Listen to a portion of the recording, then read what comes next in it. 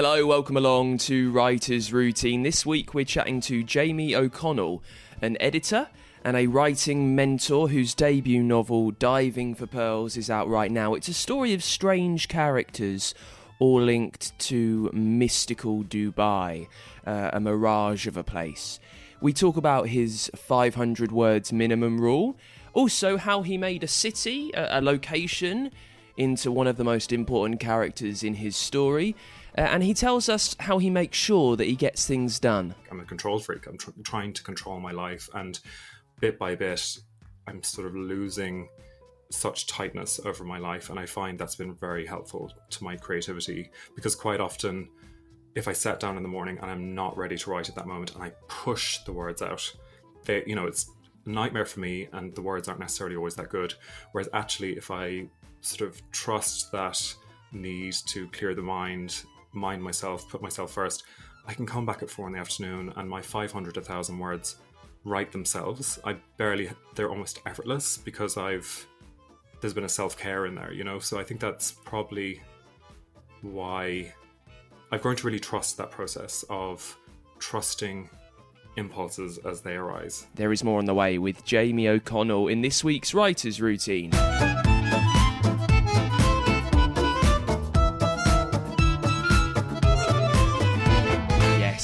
Welcome along to Writer's Routine. My name's Dan Simpson. Hope you're well.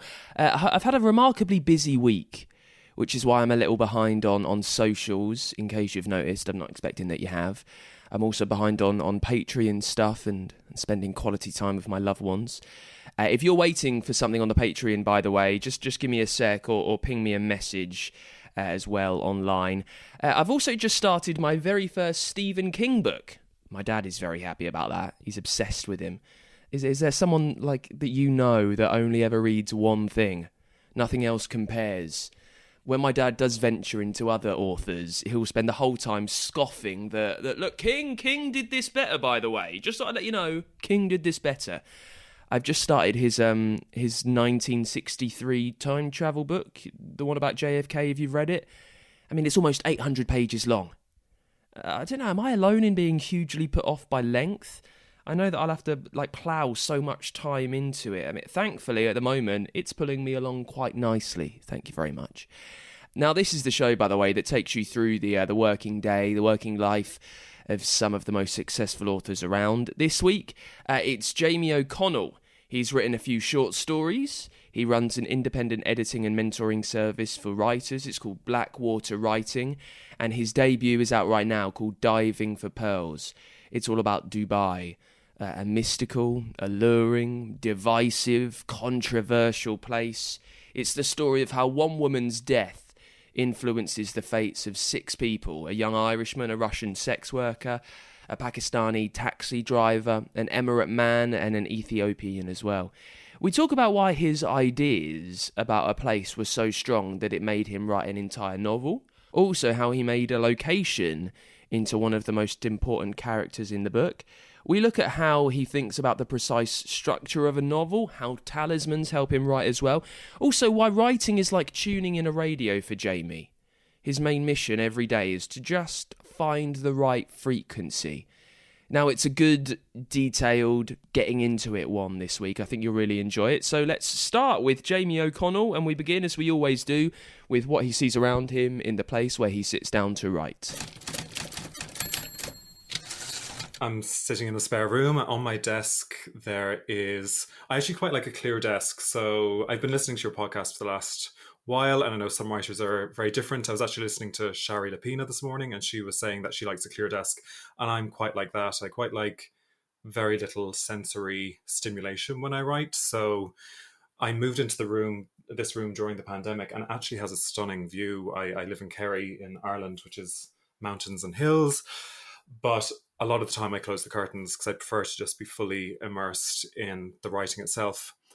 In terms of my desk, I have a plant which seems to just keep living without me watering it. I don't understand it. It's like a little bonsai tree. Is it plastic? Is it a real plant, Jamie? No, it is definitely real. Like it grows maybe about half an inch a year. Like the growth is tiny, but it seems to just survive without water or being watered like 3 times a year. So which is good. And then I have a few little kind of lucky charms on my desk.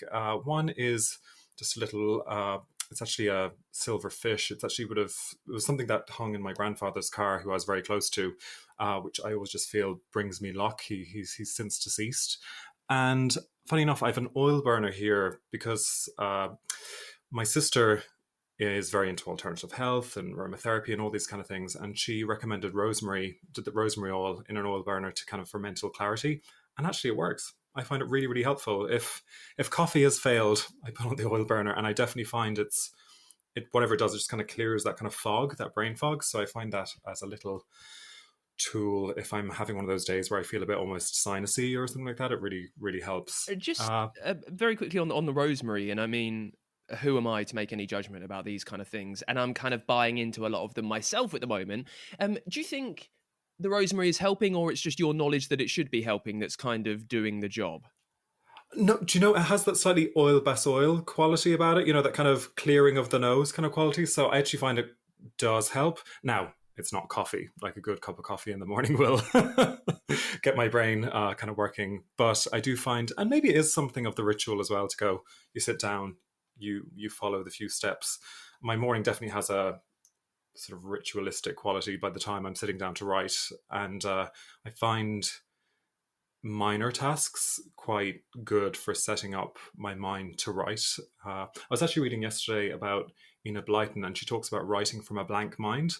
And I find those kind of rituals in the morning before you sit down to write can often get you in that kind of clear space, almost so you can tune into the creativity that's there. Creativity for me is almost like tuning in a radio. Like creativity is playing on a channel somewhere along the along the spectrum, and you're actually trying to get your brain to tune into the channel of creativity. And one of the techniques is very simple and almost mundane tasks can kind of quiet the mind, or a walk. I find running really helpful. And sometimes there's a device of kind of just writing out. I find if my brain is particularly noisy, it's a therapeutic. People use it in therapy, but it's to do that sort of unconscious write out for 15, 20 minutes where you don't stop. That's the only real rule, is you just keep going and going and going, and you push through. And just, even if you're writing out, this is ridiculous, I don't know what I'm writing, for 20 minutes, that will often clear that mental chatter that, that chatterbox we all have. And then quite often then I'm ready to kind of sit down and write and create. I've done quite a few interviews now, and I've never kind of heard a metaphor for tapping into creativity as like fantastically put. I think, yeah, it being a radio frequency that you just need to trial and error ways to tune into is quite a fantastic way of describing it. It's something that I've realized as the years have gone on. You have certain parts of the creative process you control, and you have certain parts you can't control and shouldn't try to control. And if you do, you'll generally not be as good as you can be. So it's this trust in the sort of unconscious and that part of your brain who will, even Charlotte Pina saying, I literally was listening to her talk this morning, and she's saying, I don't know the endings, of my stories before I started. And I can understand that, because over a period of time with writing, I've learned to trust things I don't know, while at the same time following these kind of breadcrumbs of creativity, which I don't always know quite where they're going. It's this constant balance between control and spontaneity that I feel I'm trying to balance. One of the things that you say you can and do control is the state of your desk. At what point did you realize that like a clear desk meant a clear, active mind? Simply from sitting at it, I don't feel comfortable. I feel unsettled if it's not clear. And that's been there since as long as I've been writing. I'm an orderly person, I've always been, even in relationships, I'm always the very tidy person, and running around afterwards picking up shoes and all the rest of it. So that's just my nature, and it seems to be something that's just unique to every writer, as their own kind of process there. I think of Francis Bacon, the painter, who just seemed to work best in absolute chaos, whereas I could not work like that. I just can't sort of sit in a room where things feel off. Like to write in a room and to look at, like, I've a number of pictures hanging on the walls. If they were hanging crookedly, that would throw me off my game just to see crooked pictures. So, I need, and maybe that's part of the writing process as well, is trying to find patterns in life that feels quite chaotic. So what I'm doing in real life is actually what I'm doing on the page, so to speak. Talking about pictures around you, is there much that's inspirational there? I bet you've got this stunning view ahead of you. Have you got any like pictures or I don't know reviews, something that just kind of keeps you going? I have a series of pictures of my family, actually, my sisters and siblings. I have a picture of me as a 5-year-old up there because I actually feel the creativity that I have comes from a sort of an inner child and from a certain innocence. And I like to be reminded of that because the joy of creation I've had since a very young child. I used to love painting, and then it moved to writing. Probably, I think it was around the age of 11 where I sort of fully went, I really love this, and started writing consistently on my own. And there's always something about the inner child that remains in the work, the kind of a belief in the goodness of people, a belief in the kindness of people. I'm very interested in people's humanity, and I don't ever want to feel cynical, and so I think it's very important to. I've said creativity can be like a radio tuning in, but sometimes I also feel creativity is like your inner child, the young you, coming to you with an idea. And a lot of people in everyday life get creativity. I don't believe creativity is unique to this sort of special band of people, but we learn to tune it out as we grow up. We learn to tune out that creative impulse, that idea that comes to you when you're in a supermarket, or that idea that comes to you when you're mowing the lawn. We just kind of dismiss it as sort of random and idle thoughts, but actually that is it. That is the radio. That is the station tuning you've tuned into. And it's like a child coming to you with an idea, and instead of putting on the fridge and going, isn't that a great idea, instead you kind of go, you dismiss it, and slowly over time a lot of people's childs grow quiet. A few things come from that. I mean, you've slightly hinted at ways that you do this earlier on with exercising, with just cracking it all out, with just writing. Is there anything you're doing over a long term that helps you be more receptive to creative ideas when they come? If you say that, adults kind of tune themselves out of it, what do you do that means you're constantly open to creativity? I really try and listen very closely to the instincts that arise in my out of the unconscious. I mean, everything from as simple as I get up in the morning and there's a list of things to do on a rational level. But if something comes in and goes, you need to go for a walk right now, and I'm very lucky to be in a position to do that, I go for the walk because I find putting my mind first and that impulse first, the day always ends up working out anyway. If you trust it, that process, it's happened to me before where I'm going, goodness, it's 11 in the morning, there's a list of things to do and I haven't done any writing yet. And yet I'm not there, like in my head, and I need to actually, what's coming up is to close my laptop and just go out and go for a walk and take the dog for a walk or whatever it is. But putting that first, everything falls into place afterwards anyway. And I've learned, it's a constant learning because I'm constantly trying, I'm a control freak. I'm trying to control my life, and bit by bit I'm sort of losing such tightness over my life, and I find that's been very helpful to my creativity, because quite often if I sat down in the morning and I'm not ready to write at that moment and I push the words out, it's a nightmare for me, and the words aren't necessarily always that good. Whereas actually if I sort of trust that need to clear the mind myself, put myself first, I can come back at 4 p.m. and my 500 to 1,000 words write themselves. They're almost effortless because there's been a self-care in there, so I think that's probably why I've grown to really trust that process of trusting impulses as they arise.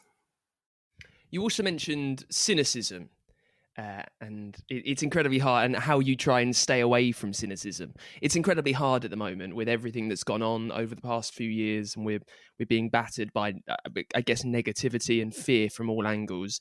What are you doing to try and stay positive and light? Are there any kind of techniques, some tricks that you're using? Maybe it's as simple as staying off social media. I'm yet to meet someone that I do think, and this is talking in a kind of majority sense of the word, in terms of the human population.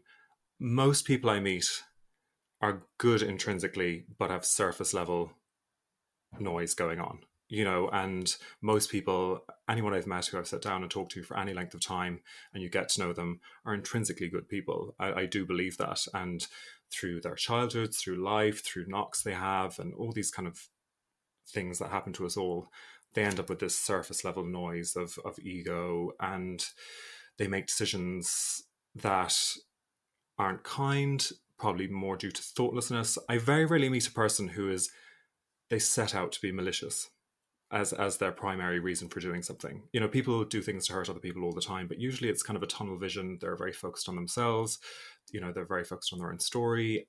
And that isn't to say they don't exist. I do believe there's people out there like that, but I don't believe it's the majority by any means. And actually, the older I've got, the less cynical I've got, if I'm honest. I find most people rise to your expectations for them. I found most people to be wonderful, and that isn't to say people make right choices all the time, but I actually think most people, when given the wider viewpoint, will make a good choice. Let me just bring you back into your writing room one last time. We've spoken about inspiration that you might have on the walls for creativity. What about for practicality? Is there any planning and plotting on the walls, post-it notes, a whiteboard, a big old mind map? No, I do love a post-it note. I've actually 3 different pads of post-it notes on my desk. I do enjoy. I love a list.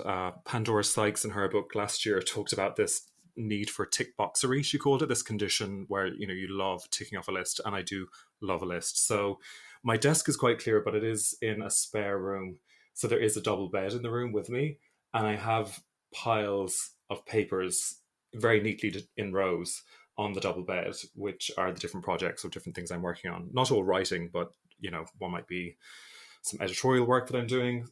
Some might be I'm redeveloping my website at the moment, so there's notes on that, and they're all kind of stacked out.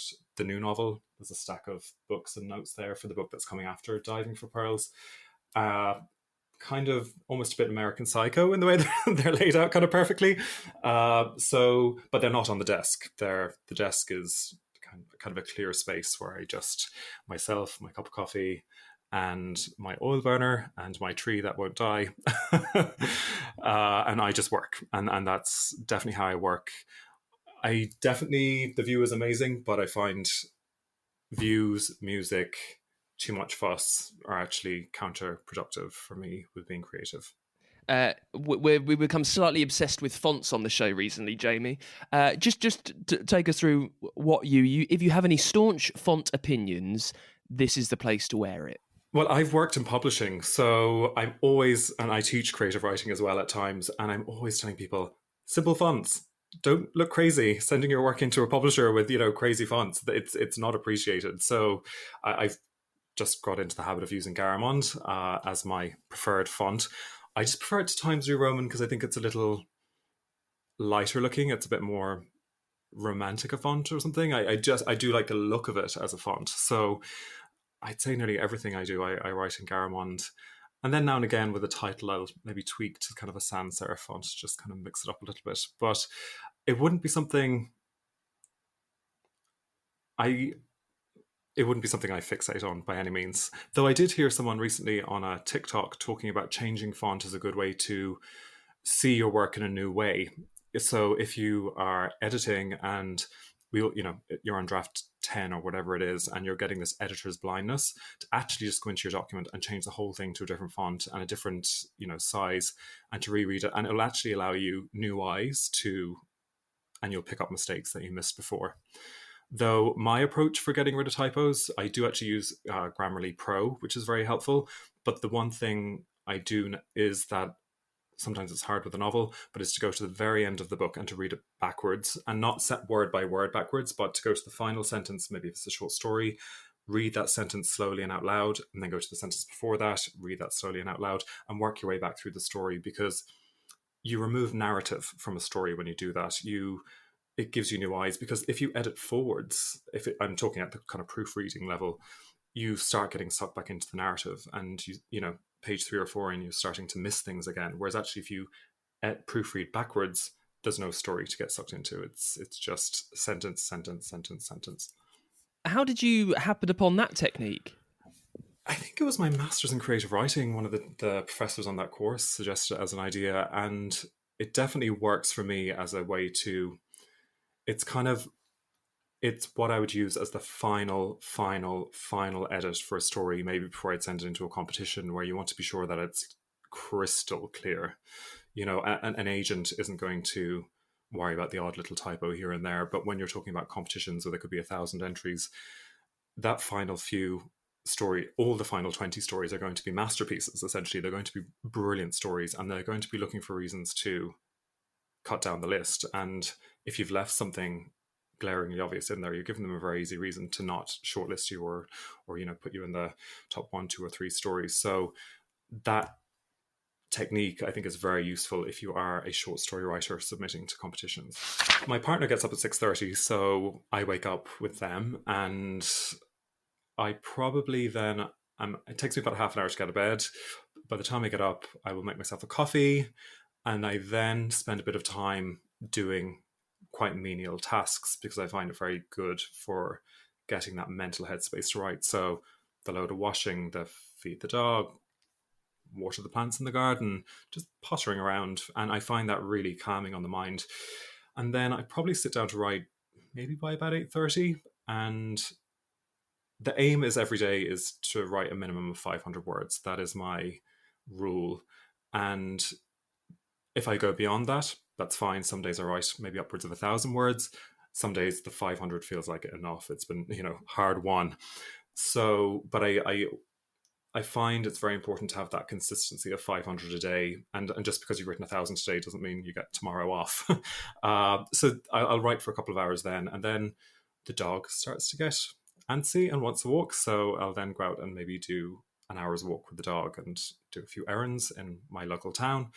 And then I come back probably close to midday. And then, depending on how the writing has gone, I may come back and write a little bit more. Or at that point, I may be looking at doing other kind of work that I do, kind of preparing for teaching or preparing for editorial work. Some days the writing isn't there for the morning, and I start the day with the emails, all the bits and pieces. And sometimes I find just to declutter my to-do list, the mind starts to clear that way as well. So then suddenly, I'm starting to panic because it's 3 a.m. and I still haven't written the words I'd like to write. And then suddenly I sit down 3 and 4, it's suddenly ready to go. And then I'll write for 2 or 3 hours then. And usually then the day will finish up with me making a list for the following day. And then I close the laptop, and that's it really. For the evening then, I generally have some reading to do. I find reading is something I do more at lunch, because I was in a habit of reading before bed, and then I'd fall asleep, and then I'd forget the reading that I'd done just before I fell asleep. So I found when I was reading a book, and it was taking me months because I was essentially reading the same 10, 15 pages over and over again, that I learned that my time to read is lunchtime, and it's when my brain is clearest. So that is roughly my day. If I may be so bold, Yeah. 500 words a day is quite a conservative amount, having spoken to many authors. How did you kind of figure that out, and how perfect are those words for you? I used to write 10, 15 years ago. So when I was maybe 23, 24, I'd throw out 2,000 words a day, not a bother. And kind of not enough discipline or control. As I said earlier, there's always this balance between spontaneity and control. And I think maybe 15 years ago, it was all energy. It was all undisciplined, raw energy. And of those 2,000, I'd be lucky if 500 of them were any good. And, one thing I do have in the study, which I haven't mentioned, is I have everything I've ever written since I was 11, which is about 1 million words. I've counted roughly what I have, and there are 1 million unpublished words. What has happened over the years through formal training and through my own practice of writing is that I write less, but I write much more deliberately. And what I like about 500 words is it's impossible to say I can't find time to do that today. Whereas if I said I need to write 1,500 today, I could be like, I just don't have time to write 1,500. Whereas if I just say 500, I can generally definitely be sure that I'll have time to do it. And then I end up writing 1,000 or 1,200 or whatever ends up being. So I suppose for me, the 500 is a momentum thing so that I consistently write every day. But it also is that just my writing approach has changed, where I now tend to not write the things that need to be fixed afterwards. I kind of take that, it's just a little bit more consciously written as I go. And that has, it's the tortoise and the hare. I find a little bit slower tends to win the race rather than just throwing out buckets of words, because I have, I think, 7 manuscripts. Now, this is from the ages of 11 of unpublished manuscripts sitting in various places digitally, and as I said, in the plastic boxes in the corner of the room, and they weren't published. I'd rather spend more time getting it right. The approach of just throwing stuff down doesn't work for me at all. How much do you know about those 500 words when you sit down at, say, 8:30 to start writing them? It would generally depend on the day. When I'm writing, the words are coming out and ideally in that kind of quite effortless way. But then at a certain point in the day, I start to feel the strain of creativity, where it's not me going with the flow. It becomes this kind of pushing through it, and this is pushing. I'm starting to write in territory that I don't know, and when I leave writing for the day, I kind of have a sense of what's coming tomorrow, and I know my unconscious will figure it out by tomorrow. I don't worry about it. I know my brain is writing, even though I'm not writing, for the rest of the day, and the thing that I'm resisting, or there's a certain complication around that I haven't quite got right. I'm waiting for a piece of the puzzle to click. I now trust my brain will figure it out much better than if I push. You mentioned that you've got like 1 million unpublished words and so many manuscripts, and I know you've published short stories before in collections. Now, this is your debut novel. It's Diving for Pearls, published by Doubleday here in the UK. How did this come about? How did the process of being published kind of finally, without you saying finally, happen? How did it happen for you, Jamie? It's been a long road. So when I was 11 years old, I saw an interview with an author on the television, and she was talking about writing her first book. And I remember something clicked at the time, and I was like, oh, I really want to write a book at some point, kind of in a very vague way. Now, when I was 11, that was 1995, and Windows 95 had just hit the market. My family had this new computer, which had been bought, but actually, other than me, the sort of young preteen boy, they weren't really that interested in it. So at that time, I was essentially had free reign with the computer, and it was dial-up at the time. So you can imagine times have changed. And so I started learning how to touch type then from Mavis Beacon. It was a software back then, ASDF. So I learned how to touch type, and then out of that, I started writing my first book. Now, book's a strong word, manuscript, let's say. But over the course of about 2 years, I finished it. So I got, I think, about 64,000 words down. It was, I was as an 11 to 13-year-old. I'm.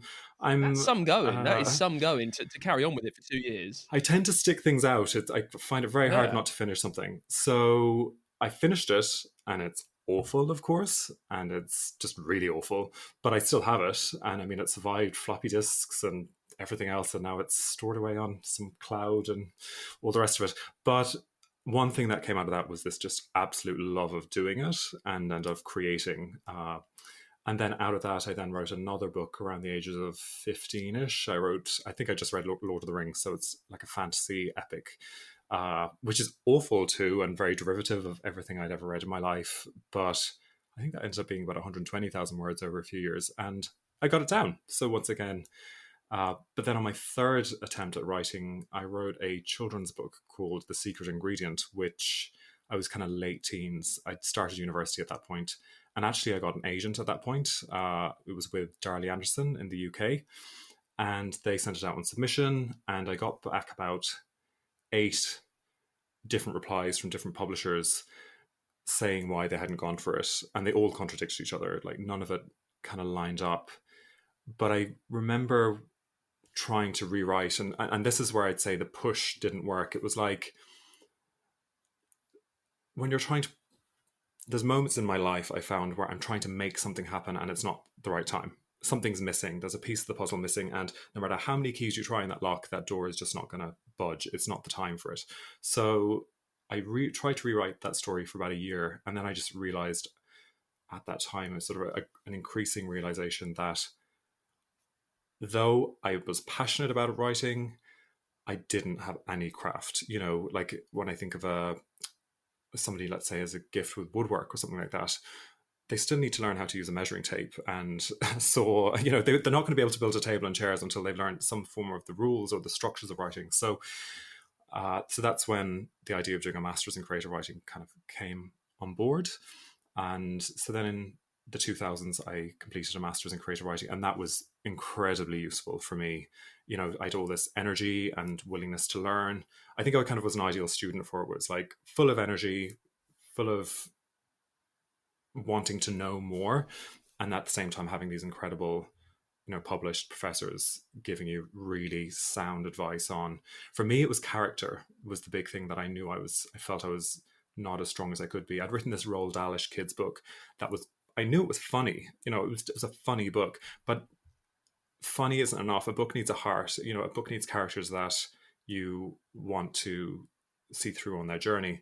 And I'd read a few creative writing books around that time on developing character, and they had things like character CVs. You know, kind of write out your character CV, what do they look like, what do they do, and I found it completely deadening. It did not help me understand character. But I remember in the first month of doing that creative writing masters that we'd worked just purely on voice and learning to write character from the way they speak, which I suppose is what actors do and, you know, screenwriters. And that clicked. And then from then on, I felt my writing took a different turn altogether. So, and then out of that, I began to write general fiction, and I tried a novel that I think was probably too closely related to the ending of a relationship. And so it was the awful, melodramatic, disastrous novel of that's just written about an event that's way too close to hand. And then I had visited Dubai kind of in the 2010s, and I had friends that had been the economic crash in Ireland around that time. So I knew a lot of people who'd gone there for work. And the second I went to Dubai, I was like, this place is like nothing else. So I just felt immediately compelled to write something.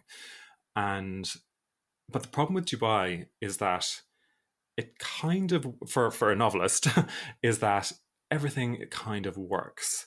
And I found it very hard to find a story when there's no overt conflict, you know, where there's no, it's almost like what's that Russian writer, you know, the start of Anna Karenina about, you know, happy families are all the same, unhappy families, you know, are their unhappiness, you know, they're different, unhappy in different ways. And I felt with Dubai, it was almost like happy families, where it was like, where's the story here? Where's the overt conflict that I can work with? And it took about 2 years for that idea to develop into what actually happened, which was Dubai clicked. I remember being actually beside a pool when I was in Dubai, and it clicking in my head, Dubai is very like London, like Victorian London. Dubai and Victorian London have a lot in common with each other. You know, it's both were. Dubai is a center of innovation now. Victorian London was, you know, the center of the, you know, the great Victorian age, the railways, but at the same time, you know, both very conservative, both with ambiguous relationships with morality, and both with this huge class divide. And the click that happened there, which was really important, was that I said to him, oh, well, who wrote about Victorian London, you know, very well? And it was Charles Dickens who came to mind, and his story, Our Mutual Friend, which opens up with a body being found in the Thames, and the story rises out of that. And that's actually where my novel started then. You know, a girl's body is found in Dubai Marina. Now, the stories end there. It just gave me the click I needed. I had characters, but I didn't have plot. But that click between Dubai and Victorian London, I finally found plot. So I had, with the previous book that I had written, as I said, about the the awful relationship one, I had received some nice feedback from an agent who I'd sent it to, who said, like, it isn't working, but you do have something in your writing that's interesting, and out of that I said to her, look, do you mind if I approach you in future with with future work that comes? And she was like, absolutely, yes, I'd love to see it. And that was Marianne Gunn O'Connor, who is now my agent.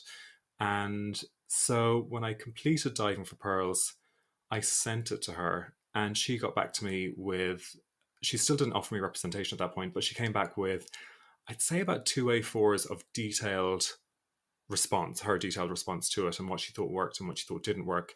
And I took that away and I redrafted again based on that, and rewrote chapters, and it was quite significant rewrites. And then when I went back to her again, at that point, she was like, yeah, we're ready to go. And at that point, I signed with her.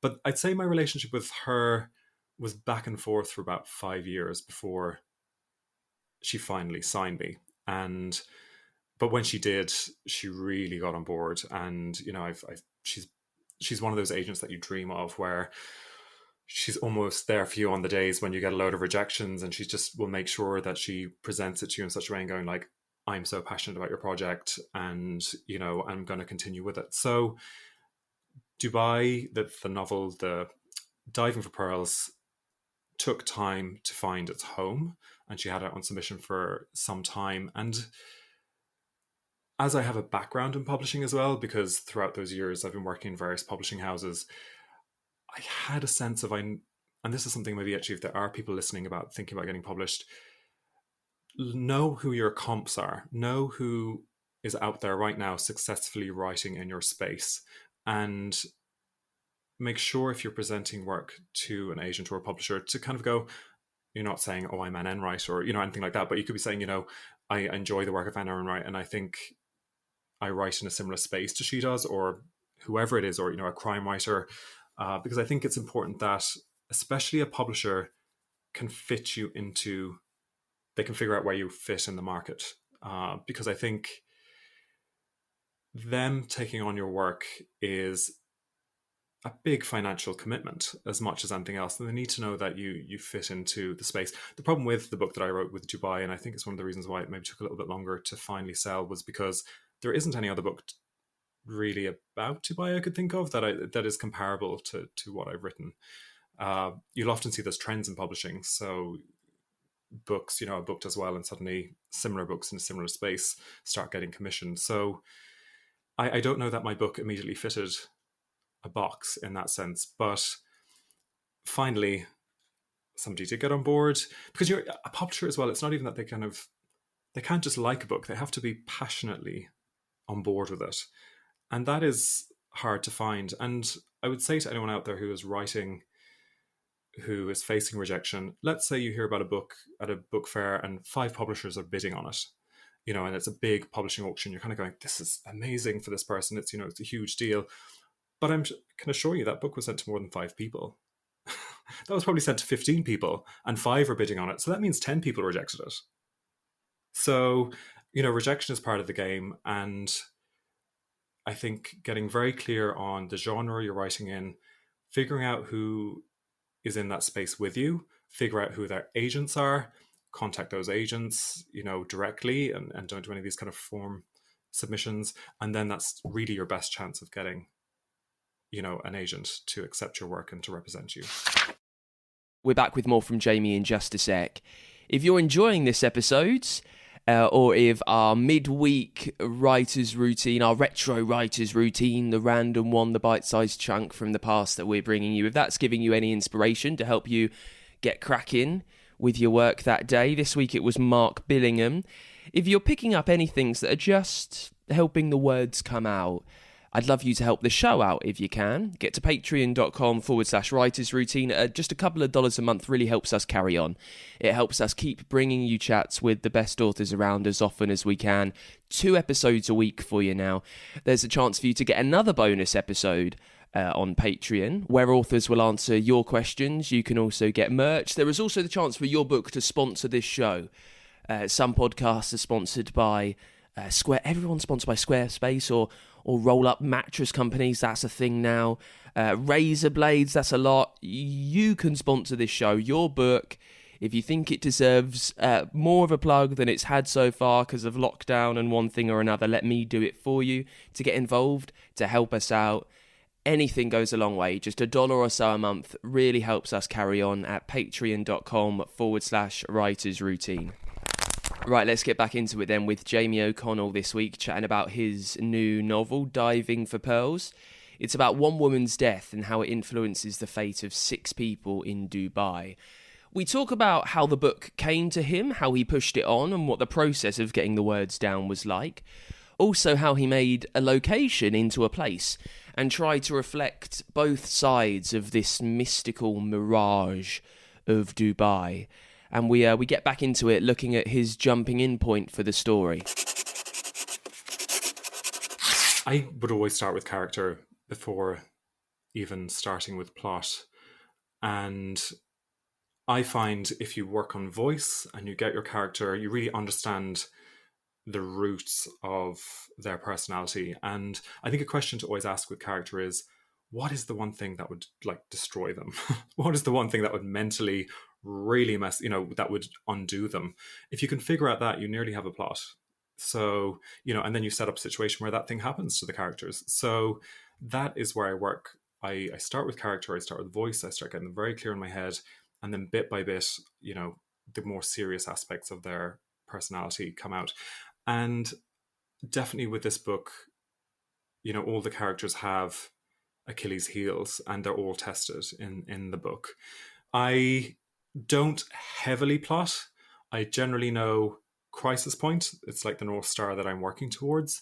And I might know 2-3 chapters ahead of roughly what's going to happen. But beyond that, I'm just having to, as I said, trust this spontaneous element of writing mixed with a certain amount of control. So I still don't fully know how the plot of this book fully came together. There was an element of trusting the creative journey,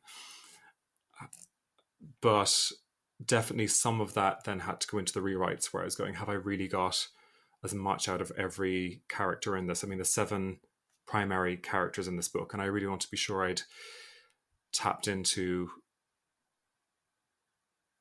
their inner worries and concerns and really put them through the ringer. I mean, for me, a great book is you fall in love with the character and then they're put through their trials and tribulations and you really want them to come out the other side, and that's really important to me. And I think I wouldn't say I plot in the way, I've seen people online post things where they have like these storyboards and it's very structured. I think if I knew everything that happened in a book before I started, I'd never write it. I just would lose interest. So, in terms of the plot then, if you don't know a lot about what's happening, before you started writing Diving for Pearls, before you did type that very first sentence, what did you know about what it would become? I knew it was going to be a portrait of a city. That was really, really my primary intention. I'd also read Let the Great World Spin by Colin McCann a couple of years before that, where he'd written about 1970s New York at a very particular moment when Philip Petit walked between the Twin Towers on the tightrope. And he really captured the spirit of the city. New York in the 70s just seems like such an interesting time. And he was able to get this fully rounded portrait because we move between characters in different social stratas, from people living in Harlem right the way through to people living on the Upper East Side. And there was definitely something in his creation of a city at a moment which influenced me quite strongly. So the novel is based over 1 week in late November 2010. And specifically so because that was the week when an actual film star came to Dubai and filmed part of their movie. And I used that inspiration to kind of set the book on that specific week. And at the same time, the book is also about an Irish family who are, members of the family are considering moving there. And the reason why they're moving is because Ireland is in the depth of the recession, the financial recession at the time. And actually in Ireland at that time, the IMF arrived that month, which was the International Monetary Fund, to kind of take over Ireland's financial situation. So there just was this weird mix at that exact moment. And also, what happened there, which was quite interesting, on this 1 week was Terminal 2 in Dublin Airport opened, which was actually from which the direct flight from Dublin to Dubai opened up. So, like the Colin McCann book, where he's had this specific moment that was incredibly interesting, I found it this moment in November 2010 incredibly interesting too. And I use that as the structure for the novel. So it just takes place, there's 7 characters, they have 3 chapters each, and it takes place over 7 days. So it has a lattice structure rather than starting at A and ending with B, if you know what I mean. It's interesting that you mentioned 1970s New York, because when you say that, me and people listening, it instantly evokes an atmosphere and a romance, even though I've never been there. Now, I've never been to Dubai either, and many people have, opinions on Dubai and what it is like. How did you go about writing the atmosphere of Dubai? If your 8th character here is the city itself, how did you go about kind of painting that with words? For me, the city is as flawed and as flawed as the people in the city. And the book opens up with a prologue where the film star is coming into land on a plane into Dubai. And I wanted in that moment to feel this is almost the city talking about itself, and this sort of incredible optimism. People go there and they make something of their lives. There's huge opportunity there. The other image we have, which is the counterpoint to this novel, is the image of Dublin at the time, which is down on its luck. I am a late millennial, so it's my generation who got really hit with the 2008 crash. And now we see Instagrammers there living in Dubai, kind of living it up and, the high life. But I think people forget that most people who went to Dubai in the early 2010s went there because there was no choice. It was either that or no opportunity in their home country. So in as much as there's elements of Dubai, which I, comment on in the book or, are reflected in the book, the incredible inequalities, the corruption in the police force and things like that, where who you are really matters rather than, kind of a perfect sense of equality. One thing I will say about the place is it really was an oasis in the desert, and it gave opportunity to my generation when there was no opportunity elsewhere in the world. So I don't want to. It was very important to me that I'm fair on the city and that anything that happens in Dubai, I've tried to make sure there's something mentioned in the book where it's happened in Ireland. So, we have the uber wealthy living in Dubai, living hugely luxurious lives.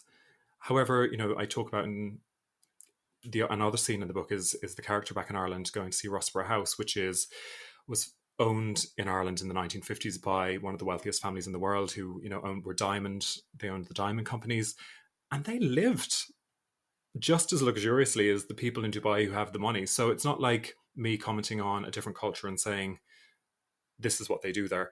We all do it. This is human nature. This is what happens everywhere when people get money. And I think the question of luxury is interesting because, and Tina Fey actually in her book Bossy Pants talks about luxury, and I'll refer to that in a second, because when I first went to Dubai and I arrived at a friend's house in their villa, dropped my bags up to the bedroom, came down, of course, was delighted to meet them, having chats and everything. And then when I went back up to the room later, my case had been emptied and the shirts and everything I brought had been ironed. And I mean ironed, like ready to go into a shop. Like they were like, I can't iron like that myself. Maybe I don't have the patience. But I felt deeply uncomfortable with that. And I think especially knowing Irish history and, the kind of the inequalities that have existed in Ireland, I was like, I don't know that I feel entirely comfortable with the idea of this sort of maid situation. However, 2 weeks later, when I came back to Ireland and unloaded my case and everything was creased and nobody was there to do it, I was like, I really wouldn't mind having them made. And I thought, God, luxury very quickly corrupts. Like it very quickly skews the mind. And Tina Fey talks about it in Bossy Pants, where she says, she's talking about going to photo shoots. And she's like, day one, you're wide-eyed and you're like, people are asking what do you want you can have anything you want for lunch and they're treating you in all this way. And she says by photo shoot 5, you're like going, where's my sushi? So I think it's it's less about Dubai being inherently wrong. It's actually, this is human nature. This is what happens to humans when extreme wealth gets in the mix. On the blurb to this, you describe it as a city of mirages, which is a fantastic turn of phrase. What about the way that you, so getting away from the morality of the situation and things like that, but more the atmosphere of, it's an oasis in the desert. How much did you think about the words that you were using to write that down? Well, I think mirage is interesting because this sums up Dubai for me. You'll go into a bathroom and the tap will be gold plated, but water may not come out of that tap. So, and I think that sums up. It's definitely a product of, we see how it's portrayed. It's the Lamborghinis running up and down the roads. It's the boats. It's the Palm. It's the 6-star hotels.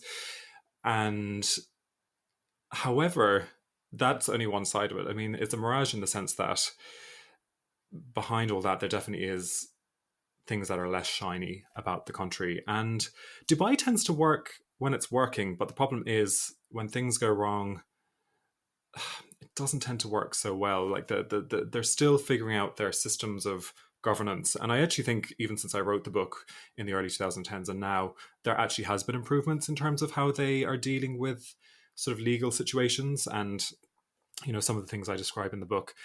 But it's good it's a very good country, but you really have to live by the rules.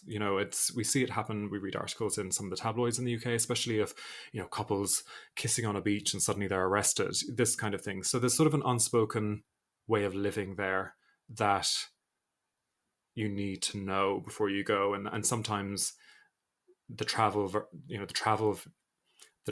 brochure version of Dubai is a mirage. It's not quite as simple as that.